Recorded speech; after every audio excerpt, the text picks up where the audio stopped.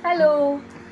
पिछली कहानी में आपने जाना था कि कुशल मोतीगढ़ के राजा से मिल लिया था और उसने उससे जो धीरगढ़ का राजा उन पे हमला करने वाला था उसके बारे में उसने बात की और अपना प्रॉमिस किया कि मैं आपके शहर को, मोतीगढ़ को, उस राजा के प्रकोप से बचा लूँगा।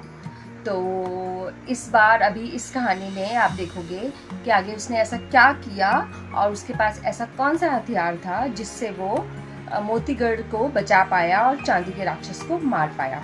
तो अगले दिन सुबह वो राजा के पास आया और उसने राजा और सेनापति को साथ में लिया और वो नगर के बाहर गया और उसने देखा कि जो धीरगढ़ है वो मोतीगढ़ के पूरब में बना हुआ है।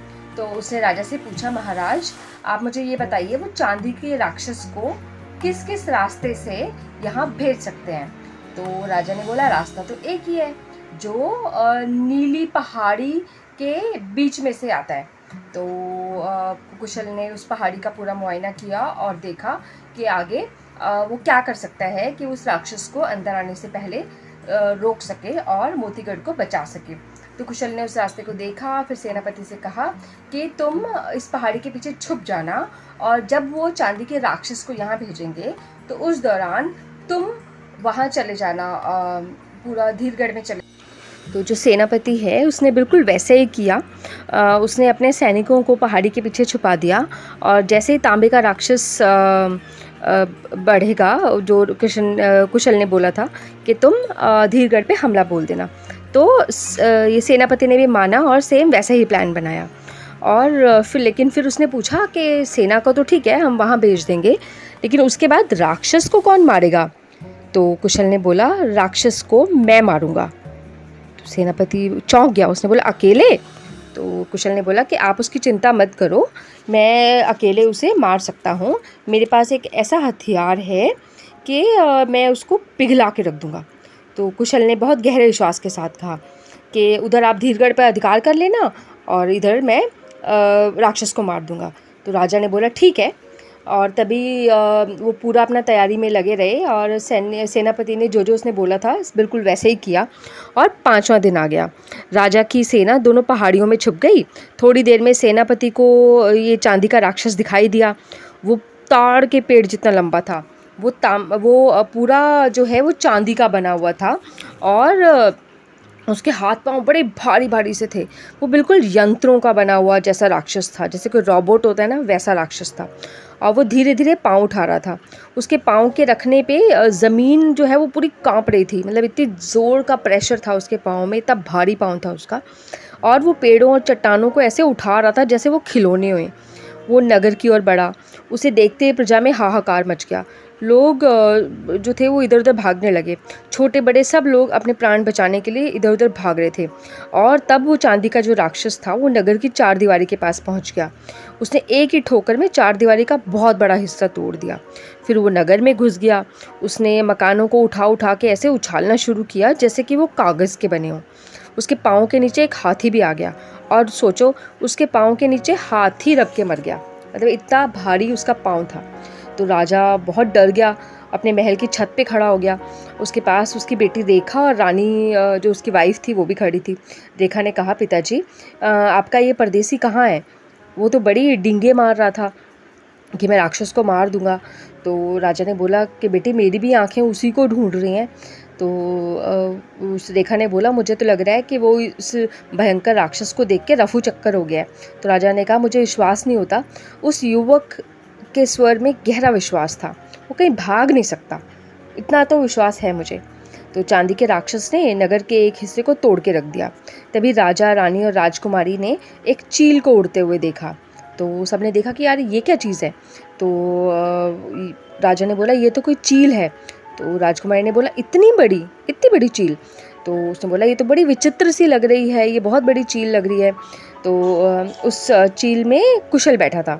एक बार तो उसे भी राक्षस को देखकर डर सा लगा, बहुत ही आश्चर्य सा हुआ कि सचमुच कितना बड़ा और शक्तिशाली राक्षस है। वो भी एक बार तो डरा, लेकिन फिर वो आगे बढ़ा। फिर वो राक्षस जो है वो बहुत ही तेज़ी से आगे बढ़ता हुआ एक शानदार हवेली के पास पहुंच गया, और वो हवेली किसी बहुत बड़े सेठ की थी। तो जो सेठ था वो तो अपना सब कुछ छोड़ छाड़ के भाग गया था। तो राजा ने कहा, हे भगवान, ऐसे विनाशकारी राक्षस को ये जो ऐसे राक्षस और जो हथियार हैं, लोग ऐसे इन सब को बनाते ही क्यों हैं, जो मानवता के दुश्मन होते हैं? क्यों एक बलवान दूसरे निर्बल को सताता है? क्यों एक आदमी दूसरे आदमी के अधिकारों को हड़पता है? कब तक इस धरती पे आदमी आदमी से नफ़रत करता रहेगा? आदमी आदमी से प्रेम से क्यों नहीं रह सकता है? उसे बैर भाव क्यों होता है? तो राजकुमारी ने बड़े रुआंसे से स्वर में कहा, पापा, ये अब तो ये हवेली भी गई। तो तभी एक चील चांदी के राक्षस के बहुत पास आ गई। कुशल ने बिना किसी एक पल की देर किए हुए उस तीर को उस चांदी के राक्षस पर छोड़ दिया। वो तीर जैसे ही चांदी के राक्षस से टकराया, वैसे ही एक बहुत ज़ोर का धमाका हुआ। पता नहीं उस तीर के आगे ऐसा क्या था कि धमाके धमाके होने लगे, एक के बाद एक बहुत ज़ोर ज़ोर के धमाके होने लगे। और ऐसा भी हो सकता है कि वो जो चांदी के राक्षस में कुछ हो सकता है उसमें कुछ विस्फोटक चीज़ें होंगी जिसकी वजह से धमाके होने लगे, और बहुत सारे धमाके हुए। और तभी उस चांदी का जो राक्षस है, उन धमाकों जो चांदी के राक्षस में से धमाके हो रहे थे और उसमें से बहुत ज़्यादा धुआं निकलने लगा, और आसपास के जो सारे मकान थे वो काले हो गए, और जो चील थी वो उड़ती हुई ऊपर चली गई। लगभग आधे घंटे तक धुआं उड़ता रहा। राजा, रानी और राजकुमारी बहुत ही हैरानी से देखते रहे कि ये क्या हो रहा है। राजा ने इतना ज़रूर कहा, हो ना हो, ये ज़रूर उस युवक का ही चमत्कार है, उसके पास ज़रूर कोई शक्ति होगी। और थोड़ी देर बाद धुआं शांत हो गया, धुआं पूरा साफ़ हो गया। राजा, रानी और राजकुमारी ने देखा कि यह चांदी का राक्षस पिघलकर एक चांदी का गोला बन गया है। अब तो राजा की खुशी का ठिकाना नहीं था, वो बहुत खुश हो गया। थोड़ी देर में उसने देखा कि वो जो चील है वो उसकी ओर ही आ रही थी। चील उसके पास आके छत पे खड़ी हो गई। वो तीनों भाग के उस चील के पास गए। राजा ने बड़ी खुशी से बोला, उसकी खुशी का तो कोई ठिकाना नहीं था, उसकी आंखों में खुशी के आंसू आ गए, और वो बोला, वाह बेटा वाह, तुमने तो कमाल कर दिया। वो राजा के पास आया, उसे राजा के चरण छूने चाहे, पर राजा ने उसे बहुत ही खुश होके अपने गले से लगा लिया। वो गदगद होके बोला, नहीं बेटे, तुम मेरे चरण मत छुओ, तुम तो मुझसे भी महान हो। तुमने मेरे देश और प्रजा की रक्षा की है, चरण तो मैं तुम्हारे छूऊंगा। तो राजकुमारी ने भी आगे आगे बढ़ के कुशल को धन्यवाद किया। हम सब आपके आभारी हैं। राजा ने तुरंत ढिंढोरा पिटवा दिया कि चांदी का जो भयंकर राक्षस है वो मारा गया है। थोड़ी देर में पूरी प्रजा में भी खुशी की लहर दौड़ गई। हजारों लोग उस राक्षस को देखने आए। तुरंत ही नगर को सजाया जाने लगा। उधर सेनापति ने धीरगढ़ पर आक्रमण कर दिया था और वह घबरा गया था। उसे हैरानी हुई कि चांदी के राक्षस का क्या हुआ। तभी धीर सिंह ने के महल में लगा हुआ शीशे का आदमी बोला, महाराज, जो सूचना दी जा रही है कि चांदी का जो राक्षस है उसका नाश हो गया है। तो धीर सिंह बड़ा हैरान हुआ। उसने बोला, क्या, चांदी का राक्षस को इन्होंने मार गिराया, वो कैसे? तो शीशे का आदमी चुप हो गया। ऐसा लग रहा था कि वो चांदी के राक्षस की जय विजय की सूचना देने के लिए बनाया हुआ था। तब धीरगढ़ का राजा धीर सिंह बहुत ही परेशान हो गया और उसके शरीर से पसीना छूटने लगा। अब वो पसीना पहुंचने भी नहीं पाया था कि उसके घायल सेनापति ने महल में प्रवेश किया। राजा ने घबरा के पूछा, क्या हुआ सेनापति? तो सेनापति ने बताया कि मोतीगढ़ की सेना ने नगर को घेर लिया है, उसके पास शक्तिवान हथियार हैं। उनका सेनापति कह रहा है कि या तो राजा को हमारे हवाले कर दो, वरना हम इस नगर को धूल में बदल देंगे। तो राजा धीर सिंह ने कहा, आओ सेनापति जी, हम मारुति विमान पर चढ़कर भाग चलते हैं। तो सेनापति ने बोला, उससे क्या फ़ायदा होएगा? सेनापति ने राजा को समझाया, इससे तो अच्छा यही होगा कि हम केवल मारुति विमान के स्वामी, मतलब हमारा सब कुछ तो लुट ही जाएगा। हमारे पास जो है सिर्फ ये मारुति विमान जिसमें हम चढ़ के जाएंगे वही रह जाएगा। इससे तो अच्छा ये है कि आप शत्रु की सेना के सामने जाओ और समर्पण कर दो, कोई ना कोई समझौता हो जाएगा। और राजा भोती सिंह, जो मोतीगढ़ का राजा है, वो बहुत ही भला आदमी है। वो दूसरों की ज़मीन को कभी भी नहीं हड़पता है। तो सेनापति के बार बार समझाने पे राजा धीर सिंह उसकी बात मान गया। वो जाके मोती सिंह का मोतीगढ़ का जो राजा था वो उसका बंदी बन गया। तीसरे दिन मोतीगढ़ को शमशान बनाने वाला धीर सिंह सिंह का अपराधी हो गया।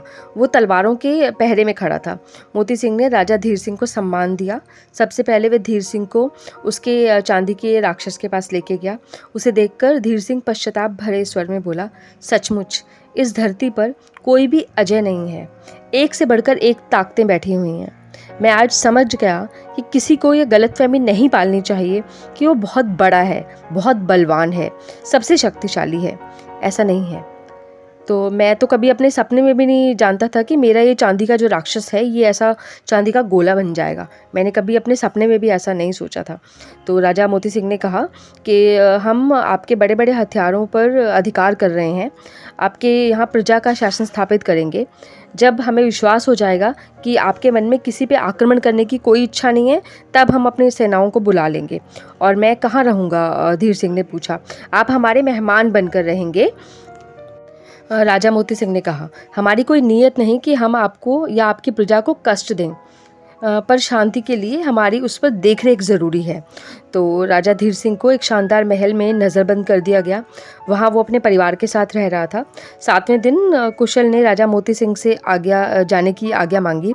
तो जाने से पहले राजा ने बोला, हम अपनी शर्त पूरी करना चाहते हैं। राजा ने बहुत ही दृढ़ स्वर में कहा। तो कुशल ने पूछा, कौन सी शर्त पूरी करना चाहते हैं? तो राजा ने बोला कि हम तुम्हें अपनी सबसे प्यारी चीज़ देना चाहते हैं। तो कुशल ने बहुत ही अपनेपन से कहा, महाराज मुझे किसी भी चीज़ का कोई लोभ लालच नहीं है। मैंने चांदी के राक्षस को मनुष्यता के लिए मारा है। तो मुझे इसकी कोई ज़रूरत नहीं है। तो बट फिर भी जो मोती सिंह था उसने बोला कि हम तुम्हें कोई रिश्वत नहीं दे रहे हैं। राजा ने कहा, ये तो हमारा तुम्हारे लिए सम्मान है। फिर मैं तो उसने बोला कि ठीक है, फिर तो मैं उस चीज़ को सच्चे दिल से हृदय से लगा लूँगा। तो राजा ने बोला, तुम वचन देते हो? तो उसने बोला, हाँ मैं बिल्कुल वचन देता हूँ। तो कह रहे उसने बोला, फिर मैं अपनी बेटी रेखा को तुम्हारे हवाले कर रहा हूँ। मेरी इच्छा है कि तुम मेरी बेटी से विवाह करो। बेटा मेरे अपने कोई लड़का नहीं है, मैं ये राजपाट तुम्हें सौंप कर तपस्या के लिए जाना चाहता हूँ। तो राजा का प्रस्ताव सुनकर कुशल चौंक गया। उसने हाथ जोड़कर कहा, महाराज मैं आपका उपहार स्वीकार करता हूँ, पर अभी नहीं, मुझे अपने अपमान का बदला लेना है। तो राजा ने पूछा, कौन से अपमान का? तो उसने बोला, मुझे अपने राजकुमार पाषाण ने देश से निकलवाया है, इसलिए मैं 12 साल इधर उधर बिताकर वापस जाऊंगा, फिर पाषाण से अपने अपमान का बदला लूँगा। तो उसने बोला, पूरे 12 साल? तो उसने बोला, हाँ। पाषाण बोला, यदि मैं पहले चला तो कुशल ने बोला कि अगर मैं पहले चला गया तो अपने राजा की आज्ञा का अपमान करूँगा, मैं उनकी आज्ञा का अपमान कभी नहीं कर सकता। तो उसने बोला, तुम्हारी अपने राजा के प्रति इतनी भक्ति देखकर मुझे तुम पे बहुत गर्व हो रहा है, मैं तुम्हारा इंतज़ार करूँगा। वैसे तुम चाहो तो तुम यहाँ रह सकते हो। तो उसने बोला, नहीं महाराज, इस भूमि पे घूम घूम कर मैं अलग अलग तरह के चमत्कार देखूंगा। राजा ने कुशल को ज़्यादा कहना ठीक नहीं समझा। कुशल अपनी उड़ने वाली चील पर सवार होकर चला गया। उसने चील से कहा, किसी नक्षत्र पे ले चल, मैं उसे देखना चाहता हूँ। पहले नीचे नीचे समंदर की सैर भी करना चाहता हूँ। और चील उसके बाद वहाँ से आगे आगे आगे उड़ी चली जा रही थी। Thank you for watching my this story. Please like and subscribe my channel for more beautiful and informative and entertaining stories. Thank you.